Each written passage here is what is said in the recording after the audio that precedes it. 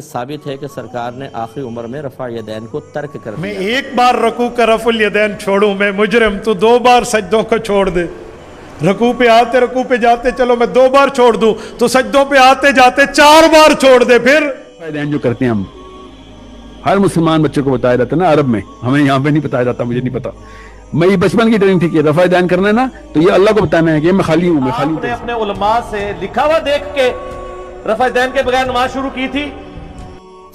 رفع یدین کے بارے میں پوچھا ہے کہ کیا حکم شرع ہے۔ رفع یدین کے مطلب ویسے رفع یدین دونوں ہاتھوں کو اٹھانا، تو یہ صرف ہمارے فقہ حنفی میں جب تکبیر تحریمہ ہوتی ہے پہلے جو تکبیر لگاتے ہیں اس میں کانوں تک ہاتھ اٹھاتے ہیں، یا دعائے قنوت پڑھنے کے لیے تکبیر لگائی جاتی ہے، یا جو مطلب عیدین کی نمازیں ہیں اس میں تکبیریں ہوتی ہیں تو رفع یدین کرتے ہیں۔ باقی یہ حدیثیں ضرور ثابت ہیں کہ ابتدا میں نبی کریم صلی اللہ علیہ وسلم رفع یدین فرماتے رہے ہیں، یعنی جیسے قیام کے بعد رکوع میں گئے، رکوع سے اٹھے تو پھر آپ نے دونوں ہاتھ اٹھائے، پھر آپ سجدے کے اندر گئے ہیں، تو جیسے امام شافعی کے پیروکار ایسا ہی کرتے ہیں، لیکن ہمارے احناف کے نزدیک یہ حدیثیں منسوخ ہو چکی ہیں۔ حضرت عبداللہ بن مسعود رضی اللہ تعالیٰ عنہ یہ اکثر نبی کریم صلی اللہ علیہ وسلم کے آخری عمر مبارکہ کے اعمال اختیار کرتے ہیں، اور ان کی روایات سے ثابت ہے کہ سرکار نے آخری عمر میں رفع یدین کو ترک کر دیا تھا۔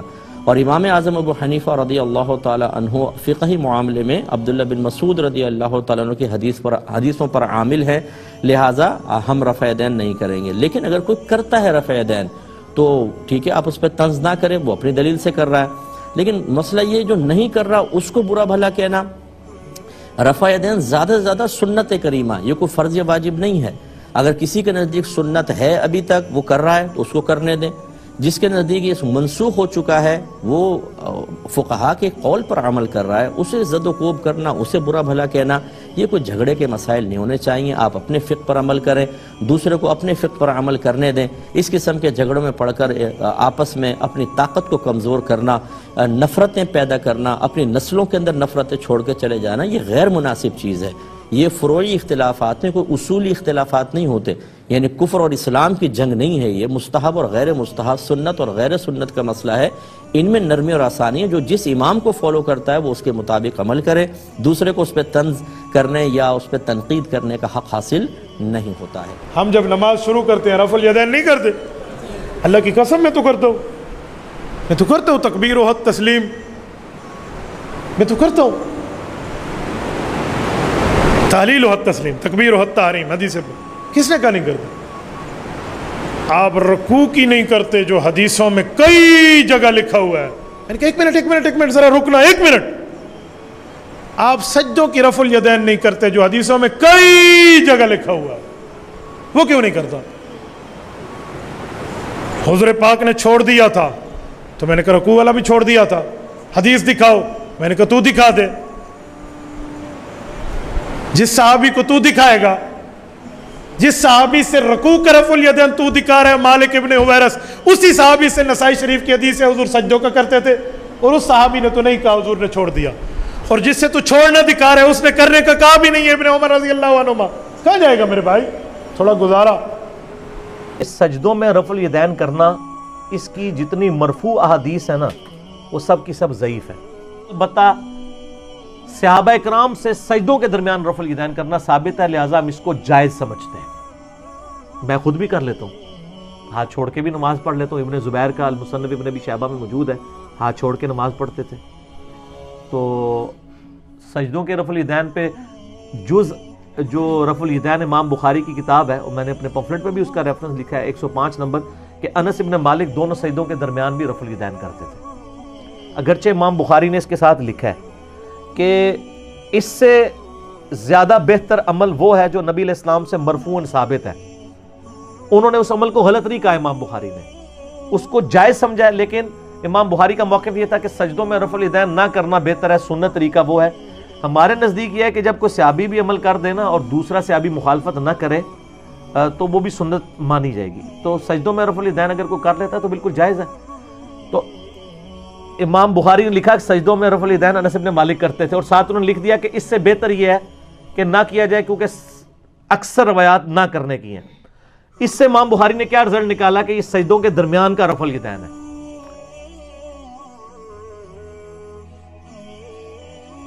لیکن ہمارے اہل سنت نے مطلب نا یہ حدیث ہضم نہیں ہوتی تھی تو انہوں نے اس حدیث کے ساتھ انجینئرنگ کرنی شروع کر دی، جس میں میرے استاد شیخ زبیح علی زئی صاحب رحمہ اللہ تعالی، اللہ ان کی یہ غلطی بھی معاف کرے، باقی غلطیاں بھی وہ بھی شامل ہیں. انہوں نے اس کے ساتھ فٹ نوٹ پتہ کیا لکھا کہ یہ سجدوں کے درمیان والا رفع الیدین نہیں ہے بلکہ یہ 2 رکعتوں کے بعد والا رفع الیدین ہے. اور انہوں نے کہا یہ جو الفاظ ہے نا سجدتین بین السجدتین، تو سجدتین سے مراد ہے رکعتین. اچھا یہ بات ٹھیک ہے، سجدتین سے مراد رکعتین بھی ہو جاتا ہے لیکن وہ اپنے اسلوب میں. وہ کیسے؟ امام ترمذی جو ابو حمید سعدی کی 10 صحابہ والی حدیث لے کے آئے نا، اس میں الفاظ ہیں کہ اذا قام من السجدتین، جب نبی صلی اللہ علیہ وآلہ وسلم سجدتین سے کھڑے ہوتے تھے، یعنی 2 رکعتیں پڑھ کے، تو تیسری رکعت کا آغاز بھی رفع الیدین سے کرتے تھے. تو وہ تو الفاظ ہے اذا قام من السجدتین، 2 سجدوں سے، سجدتین 2 رکعتوں سے، سجدہ کے بعد. پھر امام ترمذی 7 کمنٹس کیے، یہاں سجدتین سے مراد رکعتین ہے. یہ عرب میں دونوں طرح یہ بولا جاتا ہے. لیکن سر امام بخاری نے یہ نہیں لکھا، انہوں نے لکھا ہے بین السجدتین، اذا قام من السجدتین نہیں ہے. اور بینا کہتے ہیں بٹوین. اچھا، اور اگر یہ کہیں کہ بٹوین سے مراد ہے 2 رکعتوں سے کھڑا ہو کے وہ بٹوین اتنا لمبا کہانی کرائیں، تو سر امام بخاری نے ساتھ اس کا چور دروازہ بند کر دیا. امام بخاری نے اس کے ساتھ لکھا ہے لیکن نبی علیہ السلام کا عمل افضل ہے، وہ زیادہ ثابت ہے کہ سجدوں کے درمیان رفع الیدین نہ کیا جائے. تو اگر آپ یہ مانیں گے تو پھر 2 رکعتوں کے بعد والا رفع الیدین بھی ختم ہو جائے گا، کیونکہ اگر آپ وہ سجدتین کو رکعتین مانیں گے. اور امام بخاری صحیح بخاری میں باقاعدہ باب باندھ رہے ہیں 2 رکعتوں سے کھڑے ہوتے وقت، جب کھڑے ہوں تو تیسری رکعت رفع الیدین سے شروع کرنا. تو کہانی جو ہے نا وہ پکڑی جاتی ہے. یہ کہانی تھی، حیران کن بات ہے. آپ دیکھیں ہمارے اسٹوڈنٹس ہیں، ماں باپ کو جب بتاتے ہیں نا کہ یہ دیکھیں بخاری مسلم میں حدیث ہے نماز کا طریقہ یہ ہے، آگے سے وہ یہ کہہ کے انکار کرتے ہیں. پہلے تو ان کو بتایا جاؤ، کہتے ہیں 10 کتنے لکھے. تو ان سے یہ پوچھا کریں کہ آپ نے اپنے علماء سے لکھا ہوا دیکھ کے رفع الیدین کے بغیر نماز شروع کی تھی؟ ہاں ساڑھے کو لکھیا مانگ دے ہو لو کرو. نہیں تو وہ غلط کہندے نے. اور ماما انہوں کو بھی جا کے پوچھنا، ہم نے تو دکھا دی اپنی دلیل، اب ان سے بھی جا کے پوچھ.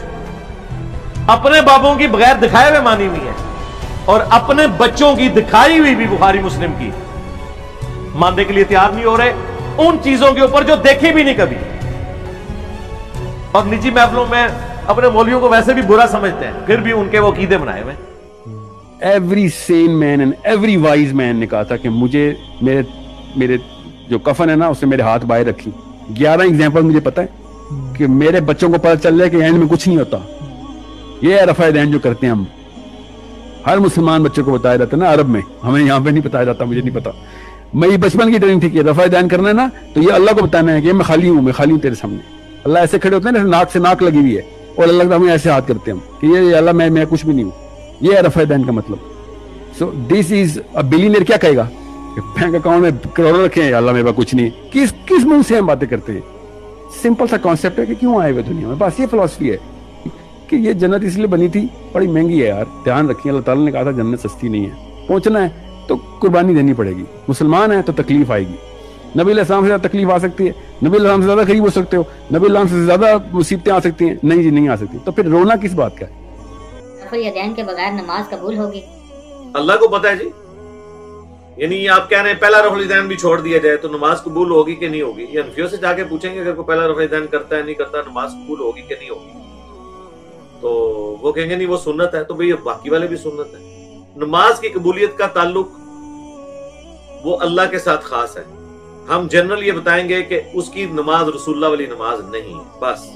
حذیفہ ابن یمان کے بارے میں صحیح بخاری میں آتا ہے نا، انہوں نے ایک شخص کو دیکھا وہ نماز کے رکوع اور سجدے صحیح نہیں کر رہا تھا، تو انہوں نے کہا تو اگر اسی طرح نماز پڑھتے ہوئے مر گیا تو نبی صلی اللہ علیہ وآلہ وسلم کی سنت پہ نہیں مرے گا، تو اس طریقے پہ نہیں مرے گا جو اللہ نے محمد صلی اللہ علیہ وآلہ وسلم کو دے کر بھیجا تھا. تو میں بھی وہی جواب دوں گا کہ جو بغیر رفع الیدین کے نماز پڑھتا ہے، رکوع میں جاتے وقت رکوع سے اٹھتے وقت رفع الیدین نہیں کرتا، وہ اس طریقے پہ نماز پڑھتا ہوا نہیں مرے گا جو اللہ تعالیٰ نے نبی الاسلام کو دیا اور بخاری مسلم کے ذریعے صحیح حدیث کے ذریعے ہم تک پہنچا۔